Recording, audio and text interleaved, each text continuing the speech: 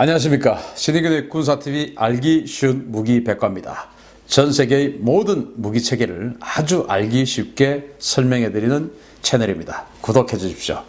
자, 오늘은 정말 잘생긴 군함 하나 소개해드리겠습니다. 우리 한국 해군의 세종대왕급 이지삼, 그 세종대왕함하고 거의 비슷한 시기에 나온 동시기의 그런 방공구축함이에요. 대영제국의 자존심 45형 방공구축함 데어링입니다. 영국의 방공구축함인데요. 우리 세종대왕함도 방공구축함 아니겠습니까? 뭐 미사일 또 전투기 이런 거 요격하는 방공구축함 영국 겁니다. 데어링 지금부터 소개해드리겠습니다. 자, 구형 전투함을 대체하기 위한 나토 표준 전투함 소요 제기가 됩니다. 1985년도인데요. 당시 이제 냉전이 막바지에 극한에 치들어 있던 뭐 그런 때였어요. 80년도에 모스크바 올림픽 자유진영이 완전히 보이콧 해버렸죠. 84년도 LA 올림픽 공산진영이 다 보이콧했죠. 뭐 이런 시기였어요. 그러니까 완전히 거의 뭐 죽느냐 사느냐 하는 그런 시기였습니다. 그런데 소련이 너무 무서우니까 일단 이 나토 국가들이 야, 해군력 더 좋아야 되는데 따로따로 만들면 돈이 많이 드니까 우리 나토, 미국을 포함한 이 나토들이 같이 한번 돈 내서 같이 한번 해보자 라는 그런 소요 제기가 된 겁니다. 그래서 우리 나토 표준 전투함 한번 만들어 보자. 이렇게 해서 NFR-90이라는 프로젝트를 시작을 합니다. 나토 프리게이트 리플레이스먼트. 이렇게 해서 이제 90년대에 나토 표준 전투함 한번 만들어 보자라는 거예요. 자, 그래서 막 이제 회의를 해봅니다. 그런데 시작부터 삐걱대는 거죠. 왜? 국가 간에 서로 요구 성능이 너무나 차이 났던 겁니다. 왜냐? 미국은 대형 항공모함들이 잔뜩 있는 그런 국가였어요. 그래서 항공모함을 호위하고 뭐 이제 이런 것들이 주력이었고, 뭐 그러니까 대잠 능력 뭐 이런 것도 잘 되었고, 항공모함에 대해서 날아오는 순항 미사일 이런 것도 요격도 잘 돼야 되고, 여하튼 뭐 미국은 그런 거였어요. 그런데 각각의 다른 나라들, 영국, 뭐 이태리, 프랑스, 스페인, 독일, 네덜란드, 캐나다 전부 다 자기네들이 처해 있는 상황이 달랐기 때문에 요구 조건이 다른 겁니다. 그래서 미국이 야, 이거 진짜 수준 안 맞아서 도저히 못 놀겠네. 니들끼리 잘해봐 하고는 1년 만에 떠나버렸어요. 1986년도에. 그러니까 캐나다가 아이고 미국 형님 가시니까 나도 같이 탈퇴 해서 캐나다도 가버렸습니다. 그리고 이제 나머지 유럽 국가들이 남아가지고 또 회의를 하는데 이래도 또 의견이 조합이 안 되는 거예요. 그래서 야, 영국하고 이태리, 프랑스가 도저히 못해 먹겠네. 너희랑은 안 해. 하고는 1989년도에 두 번째로 이제 떠나버립니다. 이제 해군 강국들이죠. 그러니까 또 나머지 이제 그래서 스페인하고 독일하고 네덜란드가 남아서 그래 우리끼리 하자 하고 하다가 결국은 스페인도 6년 후에 떠납니다. 왜냐? 스페인 자기는 경항공모함이 있어요. 그런데 독일과 네덜란드는 항공모함이 없습니다. 항공모함이 없는 국가와 항공모함이 경항모라도 있는 국가의 요구 조건 또 다릅니다. 그러니까 야, 이거 나도 도저히 못 해먹겠다. 나도 갈란다. 스페인 갔어요. 그래서 이제 독일과 네덜란드만 남아서 둘이서 만들었던 게 독일의 작센 그리고 네덜란드의 드제벤 브로강시안이었어요. 그렇게 만들었습니다. 그래서 나머지 이제 다 가서 알아서 만들게 된 겁니다. 자, 그런데 지금 영국 군함 이야기하는데 영국, 이태리, 프랑스가 89년도에 같이 빠져나왔습니다. 자, 이렇게 해서 나와서 뭘 하느냐? NFR 탈퇴 3국의 결의입니다. 해안강국들의 방공구축함을 만들자. 1992년도에 이렇게 협의를 하는데요. 자, 여기에 이제 이태리가 나도 끼워주세요 해서 이제 3국이 같이 하는데 처음에는 앵글로 프렌치 퓨처 프리게이트였어요. 그러니까 앵글로 영국과 프랑스가 같이 하는 미래형 호위함을 같이 만들자라는 프로젝트였는데 여기에 이태리가 92년도에 나도 끼워줘 해가지고 들어옵니다. 그래서 Common New Generation Frigate 해가지고 이제 이태리까지 들어왔으니까 공용으로 하는 이런 그 새로운 차세대 호위함을 만들어보자. 이제 이런 계획이 1992년도에 스타트를 합니다. 그래서 막 회의를 해봤어요. 회의를 했더니 또 안 맞는 겁니다. 왜냐? 영국하고 프랑스, 이태리가 처한 입장들이 또 다 다르고 요구 조건이 달랐던 거예요. 그래서 도저히 안 돼서 1999년도 7년 만에 깨집니다. 프랑스하고 협력이. 그래서 프랑스 정부님이 영국 정부님을 채팅방에 초대합니다. 프랑스 정부가 야, 니네가 가져온 그 설계 한번 봤는데 아니, 무슨 호위함이 그렇게 커? 비용 상승하는 거 다 니네가 책임질 거야? 그러니까 영국이 아니 우리는 제대로 된 항모가 없어가지고 이거 아니면 함대 방공 못해. 이러니까 프랑스는 아 그건 니네 사정이고 우리는 항공모함 있어가지고 그런 고성능 필요 없거든. 범용 구축함 좀 싸게 만들랬더니 이건 무슨 날벼락이야. 이렇게 된 거예요. 영국이 아 싫으면 갈라서자. 니네 아니면 뭐 방공 구축함 못 만들까 봐. 이렇게 됐어요. 그래서 프랑스가 알았다 바라든 받아 이참에 도장 찍자. 너랑은 두 번 다시 프로젝트 같이 하나 봐라 하고는 도장을 콱 찍어버렸어요. 그래서 헤어집니다. 헤어져서 따로 만들죠. 그래서 이제 영국은 데어링급 방공 구축함을 만들고 프랑스는 남은 이제 이태리하고 호라이즌을 만들게 되죠. 호라이즌도 정말 잘생긴 걸 넘어서 전위적으로 생겼습니다. 자, 영국 정부가 마이웨이를 선언한 자신감의 배경은 바로 BAE 시스템이었어요. 이 BAE 시스템에서 샘슨이라는 방공 레이더를 만들고 있었기 때문입니다. 애초에 그 NFR 사업, 즉 그 나토 합동 호위함 사업에서 다 안 됐던 게 뭐냐면 서로 자기네들이 주장하는 그 자기네들 국가에 있는 회사의 방공 레이더를 밀었던 거예요. 영국은 샘슨을 밀고 프랑스는 M8을 밀고 그리고 독일과 네덜란드는 A8을 밀었어요. 그래서 서로 이제 이거 하자고 날린 겁니다. 왜냐? 자기네 국가 경제 내수를 살려야 되니까 이 유럽의 공통 방공함에다가 자기 국산 레이더를 얹고 그 전투 시스템을 얹으면 대박이지 않습니까? 이거 서로 주장하다가 사실은 다 갈라진 겁니다. 그래가지고 영국은 이 샘슨, BAE 시스템의 샘슨이 있었기 때문에 갈라졌어요. 이게 능동주사식 위상 배열 레이더인데 주파수는 S밴드, 탐지 거리는 400km, 동시 추적은 168개를 동시 추적하고 이 중에서 16개의 목표와 동시 교전할 수 있습니다.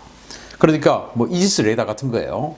그런 건데 이제 이지스 레이더보다 탐지 거리가 조금 좁은데 그래도 어쨌든 동시 교전 능력이 무려 16개나 됩니다. 이런 샘슨 레이더 이거 한번 밀다가 영국이 결국 떨어져 나와서 따로 만든 게 바로 데어링급 구축함이었어요. 그래서 샘슨 얹어가지고 만들었습니다. 자, 영국 전자 그리고 조선 기술의 집약체입니다. 타입 45 데어링급의 탄생입니다. 2006년도인데요. 자, 일단 가장 중요한 방공 시스템 샘슨 에이서 레이더를 얹었어요. 탐지거리 400km, 동시교전 능력 16개. 그리고 이 샘슨을 보조하는 이 탐색 레이더가 있습니다. 우리 독도함에도 있죠. 네덜란드 탈레스에서 만든 스마트 L입니다. 우리 독도함에 있는 레이더예요. 이게 이제 S1580M 장거리 레이더인데 역시 탐지거리는 400km, 동시 추적은 1000개입니다. 이 샘슨은 S밴드인데 이 스마트 L은 L밴드예요. 그러니까 밴드가 아주 이제 파장의 폭이 크죠. 그래서 멀리 이렇게 작은 전파로도 멀리 보내가지고 탐색을 하는데 당연히 파장이 크다 보니까 정교하지는 못합니다. 그래서 일단 탐색은 이 스마트 L로 하고 그리고 요격은 샘슨으로 하는 겁니다. 자, 그리고 이제 무장으로는 실버 50 VLS 48셀이 있는데 여기에 아스터 30이라고 하는 사정거리 120km짜리 함대공 미사일 32발 그리고 아스터 15라고 하는 16발짜리 단거리 함대공 미사일 30발 해서 총 48발의 대공 미사일을 갖다 꽂습니다. 그리고 MFS 7000 그래가지고 중주파 소나를 해서 저주파보다는 뭐 좀 딸리지만 그래도 고주파보다는 훨씬 더 강력한 소나를 탑재를 하고 있고요. 만재 배수량은 7,500톤입니다. 길이는 154m, 너비는 21m, 좀 뚱뚱한 그런 형상이에요. 그리고 추진기관은 통합 전기 추진이라서 이제 이 엔진을 가지고 배터리를 충전합니다. 그래서 이제 전기 추진을 하는데 당연히 전기 추진을 하다 보니까 아주 조용하죠. 그래서 대잠 능력이 아주 좋다 이렇게 알려져 있고요. 최대 속도는 31노트입니다. 그리고 무장으로는 아까 말씀드렸던 아스터 시리즈가 있고 하푼 함대함 미사일이 탑재가 됩니다. 8발이 탑재가 돼요. 자, 이게 데어링급 구축함의 무장입니다. 자, 이게 이제 생긴 것도 보시다시피 방공 레이더가 위에 있기 때문에 아주 마스터 완전 꼭대기에 있다 보니까 수평선 너무 멀리를 바라보죠. 우리 이지스 레이더 같은 경우는 함교 바로 밑에 여기다 달려있지 않습니까? 그러니까 수평선 넘어가 잘 안 보여요. 그런데 우리 이지스보다 몇 미터 위에 있으니까 몇 킬로미터 더 보는 것이죠. 그런 이제 장점이 있고 또 이 아스터 미사일이 우리 SM2 미사일하고는 좀 다르게 능동 그 반응식 미사일이에요. 그러니까 딱 찍어 놓으면 지가 알아서 날아갑니다. 그런데 우리 SM2는 이제 반능동이니까 좀 보정을 해주는 작업이 필요해서 우리 순항 미사일을 요격하는 데는 우리 SM-2보다는 이게 조금 더 유리하다. 이렇게 알려져 있고 또 더 멀리를 보니까 순항 미사일 즉 함대한 미사일을 요격하는 데는 이 샘슨이 우리 이지스보다는 조금 더 우수하다. 이렇게 평가가 돼요. 그렇지만 이제 우리 이지스는 BMD 능력을 지금 가지고 있지만 우리 세종대왕은 아니지만 어쨌든 그런 확장성이 조금 더 있고요. 자, 그래서 영국 해군은 12척이 필요했습니다. 그런데 12척을 짓는데 94억 달러가 필요합니다. 이렇게 이야기를 하니까 토니 블레어 당시 총리가 야 미쳤냐? 우리가 돈이 어디 있어? 그러면은 이걸 접든지 지금 만들고 있는 그 퀸 엘리자베스 항모를 접든지 두 개 중에 하나를 접어라. 이렇게 된 거예요. 그래서 영국 해군이 아니 항모를 어떻게 접습니까? 항모 없는 서름 때문에 프랑스에게 그 굴욕을 당했는데 항모는 도저히 못 접죠. 그런데 항공모함이 있으면은 항공모함을 호위할 함대 방공함도 필요합니다. 그러니까 이것도 못 접죠. 저것도 못 접습니다.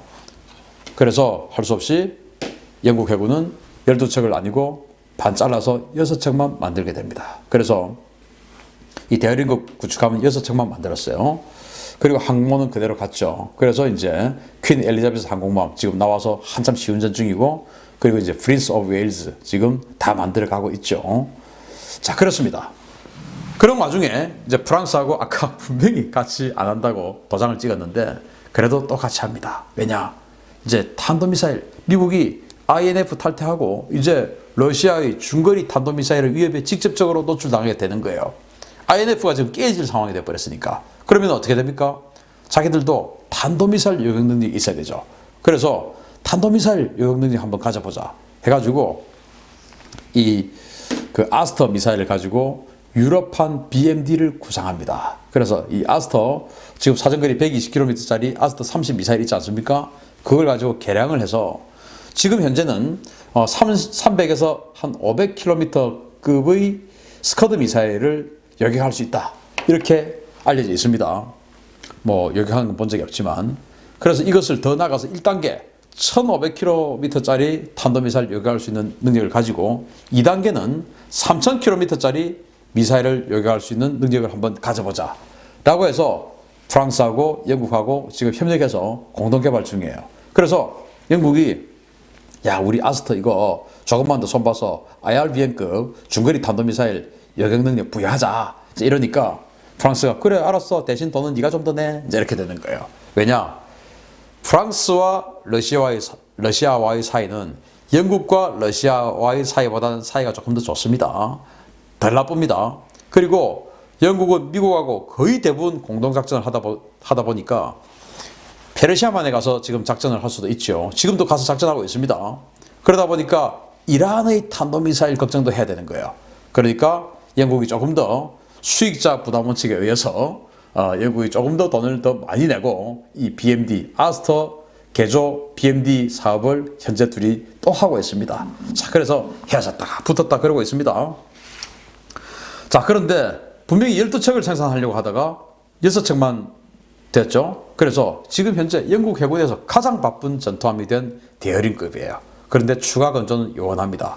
탄도탄 방어도 해야 되죠. 함대 방어도 해야 되죠. 그리고 식민지 순찰도 해야 되죠. 그런데 여기다가 이제 항모까지 호위하라고 합니다. 이게 되겠습니까? 그래서 제가 봤을 때 영국 해군 정도 되면 최소 이 정도 방공함 18척은 있어야 될 것 같은데 영국이 6척밖에 안 가지고 지금 하고 있는데 제목은 대영 제국의 자존심 했지만 참 자존심 다 무너지고 있는 영국입니다. 식민지에서 그냥 그 자본 쫙쫙 빨아당겨 가지고 잘 살 때가 불과 수십 년 전이었는데 식민지 다 사라지고 나니까 자기네들끼리 돈 벌어서 생활하려고 하니까 정말 힘들죠. 그래서 참 이런 거 보면서 국가의 부귀 영화 이런 것들은 영원한 것은 아니다. 동맹도 영원한 것은 아니다. 계획, 연합 모든 것이 영원한 것은 아니다. 결국 자기네들이 허리띠 졸라매고 잘 살고 스스로 잘 해봐야 된다. 그리고 동맹이 있을 때 그 동맹 활용해서 최대한 뽑아내야 된다. 이런 것들을 우리가 알 수 있어요. 자, 정말 생긴 거 잘생겼지 않습니까? 정말 잘생긴 영국의 타입 45 방공구축함 데어링 소개해드렸습니다. 감사합니다.